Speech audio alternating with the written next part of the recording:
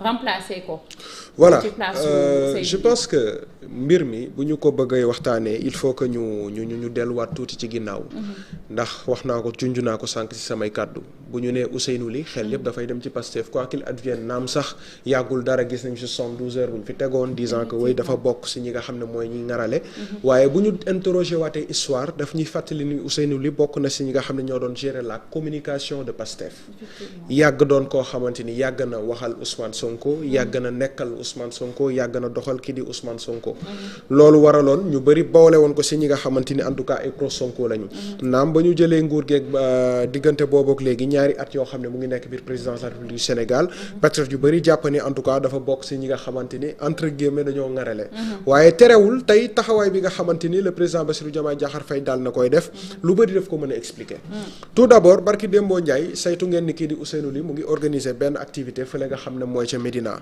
activité boo xamante ni wax na ba wax ci lu jëm li nga xam ne mooy situation bi ñu toll actuellement par rapport ak parti Pastef les Patriotes par rapport en tout cas ak ki nga xam ne mooy le président Bassirou Diomaye Diakhar Faye te je le rappelle encore le président Bassirou Diomaye Diakhar Faye ci boppam barki Dembo Ndiaye moom moo toog jàkkaarloo ak Sénégalais yi dindi li nga xamante ni effort yi Pastef doon def la ba daal di koy teg au pouvoir ba jàpp ni moom kat li nga xamante ni am na ko ci Pastef dafa doon loo xam ne lu mu liggéey la waaye nekkul lenn loo xam ne dañ ko sarax donc loolu la mu lay woon mooy lan mooy que le président Bassirou Diomaye Diakhar Faye d'ores et déjà moom génnee na boppam ci effort collectif bi nga xamante ni parti Pastef daal dina koy def waaye dafa am beneen réalité politique boo xam ne dafa nekk sur le terrain te Sénégalais yu bëri dañ koy bàyyi xel ndax lorsqu'on parle de la présidence lorsqu'on parle de la communication de la présidence c'est une communication qui est forcément politique waaw tey est-ce que nag di nga doon koo xamante ni bokkuloo vision ak parti Pastef bokkuloo ambition ak parti Pastef bokkuloo idéologie ak parti Pastef ba noppi di bàyyi ki nga xamante ni moo doon doxal communication Pastef mu won la barki Dembo Ndiaye que ni man sama féete mu ngi nekk ci ki nga xamante ni mooy Ousmane Sonko ba noppi nga ne ko yow yaay gérer sama communication fii nga xam ne mooy ci présidence je pense que y a contradiction et dès lors tout s'explique maanaam le président Bassirou Diomaye Diakhar Faye su bëggee la nga xamante ni mu ngi nekk di ko def ci wàllum communication lépp li nga xam ne mu ngi nekk di ko def ci wàllum effort pour nit ñi di ko méngale mu doon koo xamante ni daf koy tegal une communication qu'il faut mais il est obligé mu am benn communicant boo xamante ni il est de son côté te kii di Ousseynou Ly ñëpp xam nañu ni quoi qu'il advienne mais dafa di nit koo xam ne ci Pastef la bokk li koy firndeel mooy barki Dembo Ndiaye fii ci Médina dafa woo ñi nga xamante ni ay partisans lañu woo ay sympathisants waxtaan ak ñoom ci programme Pastef maanaam ba mu leen woowee newu leen le président Bassirou Diomaye Diakhar Faye def na lii wax na lii nii la ko bëggee coalition Diomaye non daf leen woo en tant que autorité en tant que figure bu parti Pastef les Patriotes ne leen kat kii di Ousmane Sonko di suñu liggéey dañu ko war a sàmm dañu ko war a aar parce que 2029 am nañu yéene wu fal ko li nga xam ne mooy président de la République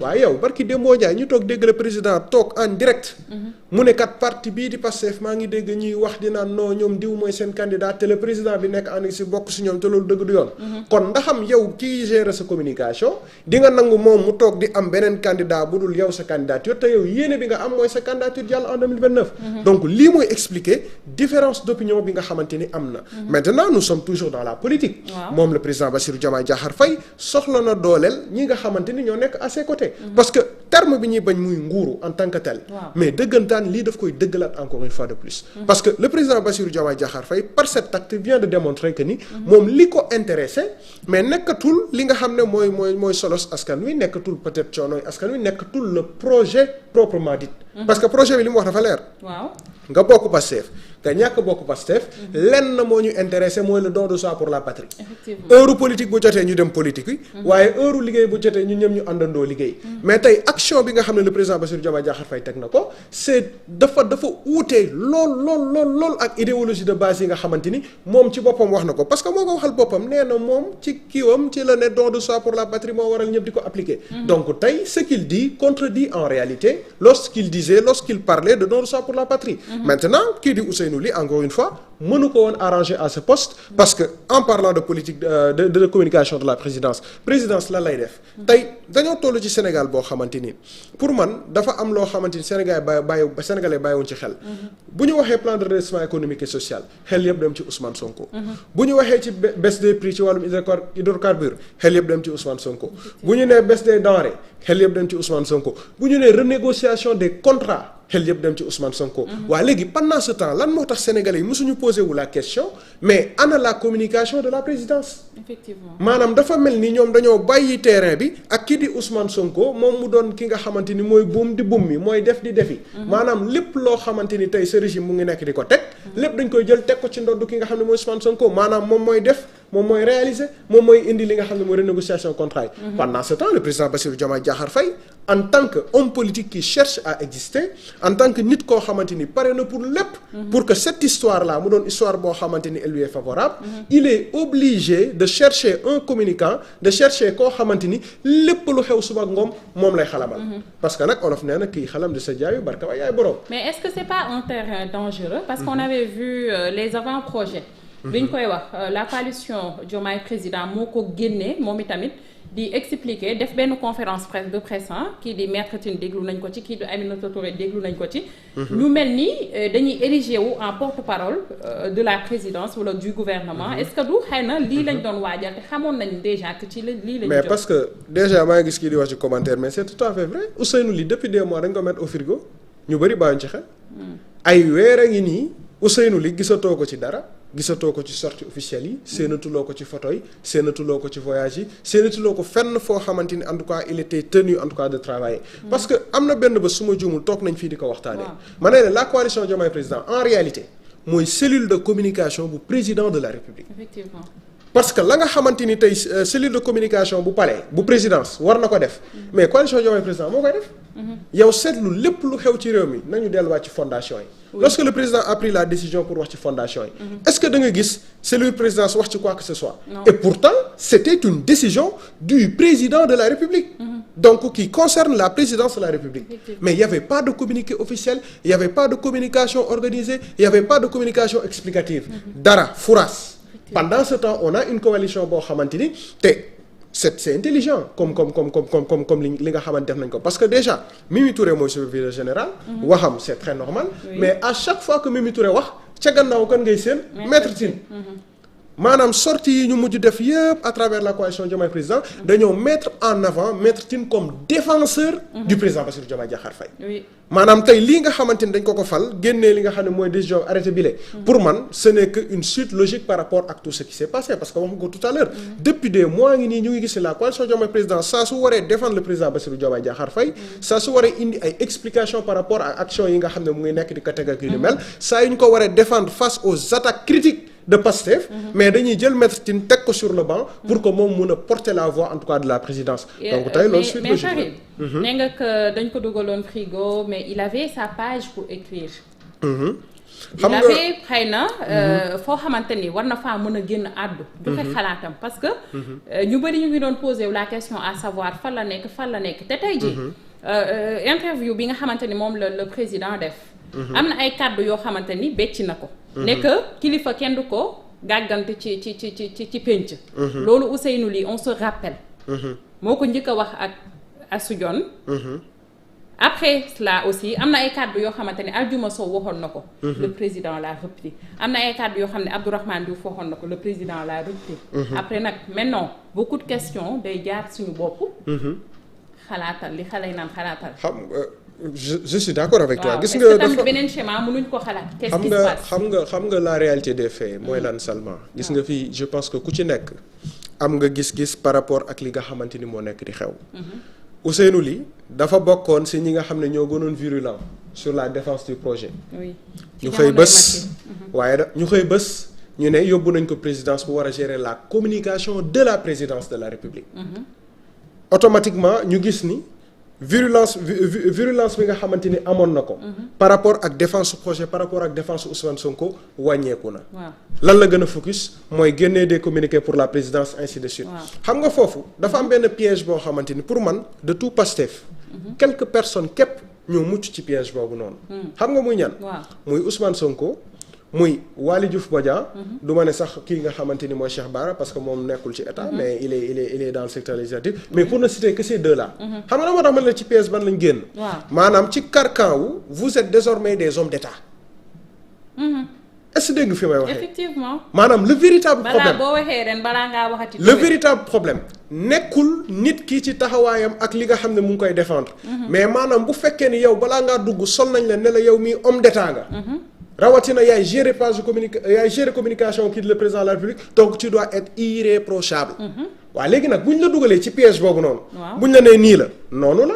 bu ñu la nee du nii du noonu.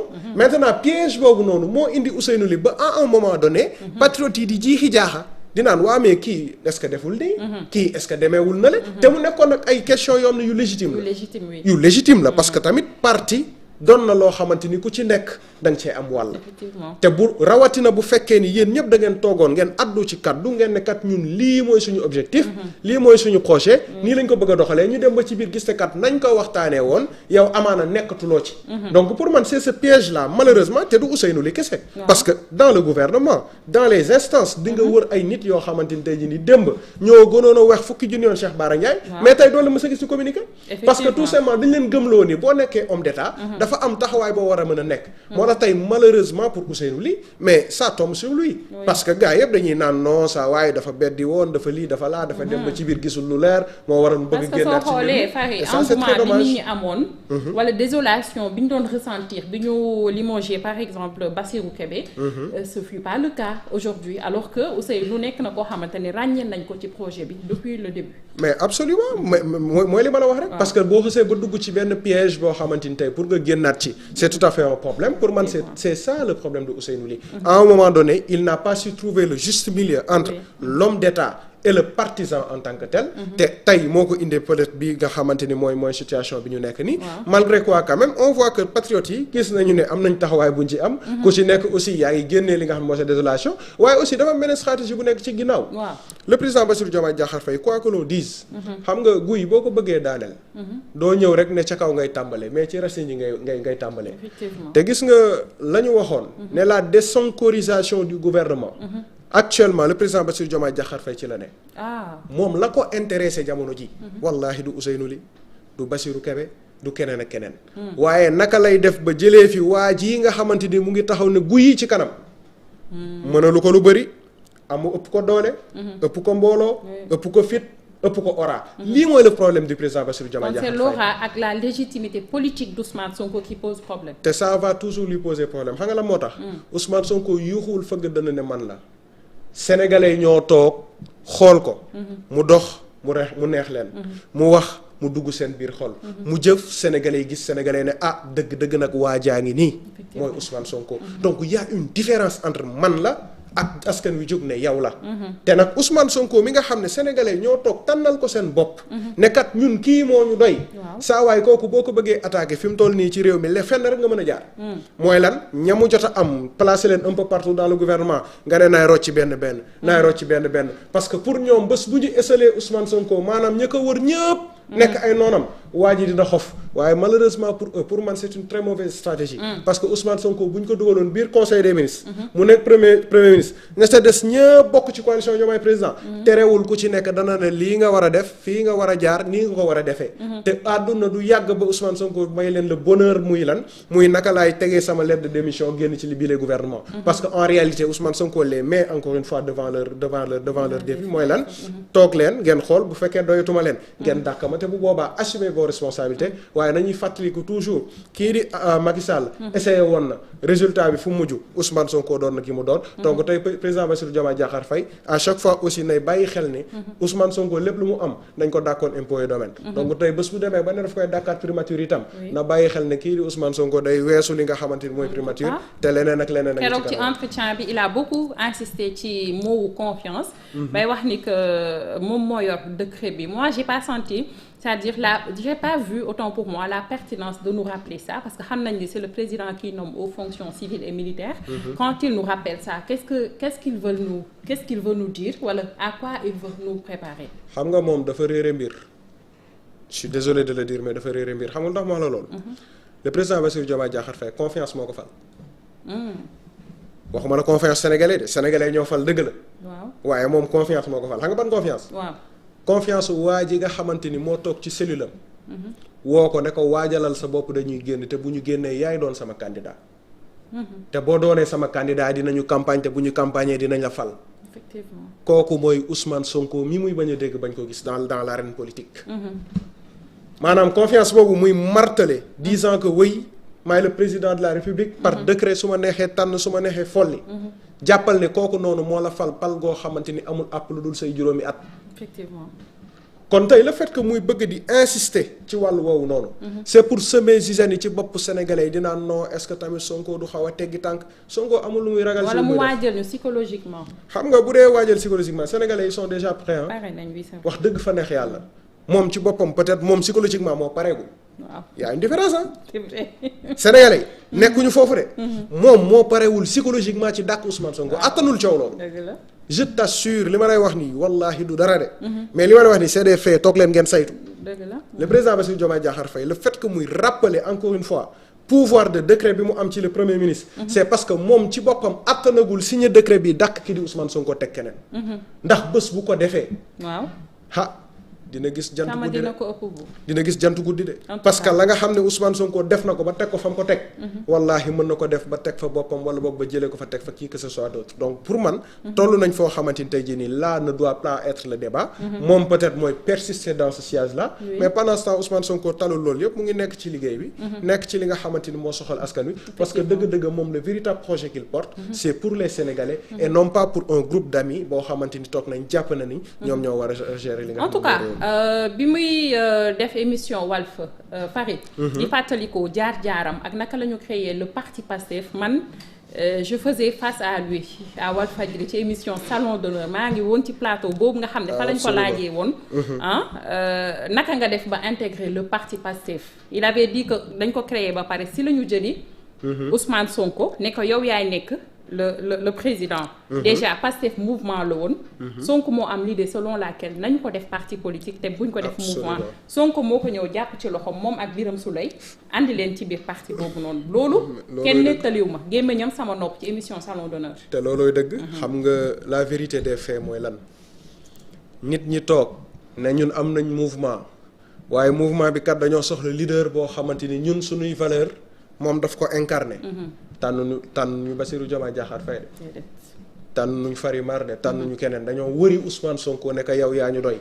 yaa ñu doy ci jikko yaa ñu doy ci parcours. yaa ñu doy ci discours. te suñu sañoon nga ñëw jiite ñu. moom itamit mu am yaatu dëdd ne leen d'accord naa à condition que wax nga ko tout à l'heure mu nekk parti politique waaye Birame Souleye Bassirou Diomaye ñëw leen parce que gëm naa ne li ma gëm ngeen gëm te bu ñu àndandoo réew mi day jëm kanam. maanaam.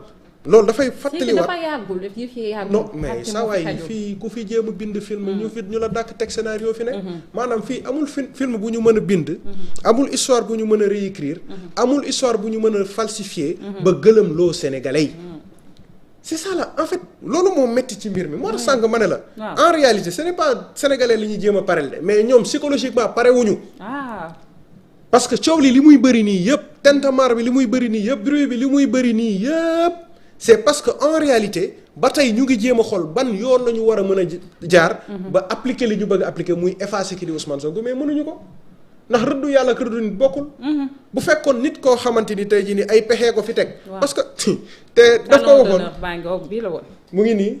te lii fekkee nga ko. donc mbir la boobu ne boo ko fàttalee day ñëw. xam nga dafa toogoon. bi muy soog a falu mu ne moom ay pexe falu ko. te du gouverner par si ay pexe. waaw tey li muy teg bu dul pexe lu mu doon. ça c'est une question. parce que yow pexe yi nga xam ne yaa ngi koy jéem pour mettre en mal Ousmane Sonko. pexe yi nga xamante ni yaa ngi koy jéem pour sénégalais bàyyi Ousmane Sonko. pexe yi nga xamante ni yaa ngi koy jéem pour rendre légitime la décision d'évincer ki di Ousmane Sonko mais saa waay loolu bu dul pexe lan mooy pexe. pendant ce temps ka nga xamante ni yaa ngi jàkkaarloog moom di mattee gauche di mattee droite ànd seeg ay 1000 nit yoo xamante ni ku ci nekk yaa ngi jéem a dóoree sa côté. kooku talu la lijjantiwu la xam nga looloo gën a métti ci mbir. waaw maanaam ngay xeex ak nit koo xamante ni faalewu la. soo yi seulement daa métti de. àddina loo gis considération ci ëpp solo. yow mii ci plateau bi am na noo doon def nit ñi joxuñ la cër saa waaye da ngay am loo yëg. waaye nag rawatina nga doon le président. am tous les pouvoirs. toog di def lu la neex di dem fu la neex fooy dem ñu xàllil la. te terewul lépp looy def il faut que nga am koo bàyyi xel. saa waay loolu neexul seulement. neexul mais boo ci àndee gëm yàlla tamit. te xam ne lii c'est une première. dans l'histoire politique. ñu joxañ la campagne la ci 10 jours fan la. est-ce que boo ci àndoon a gëm yàlla xëy na. yëf yi du gën a oyof gën a yomb. waaw loolu day laaj.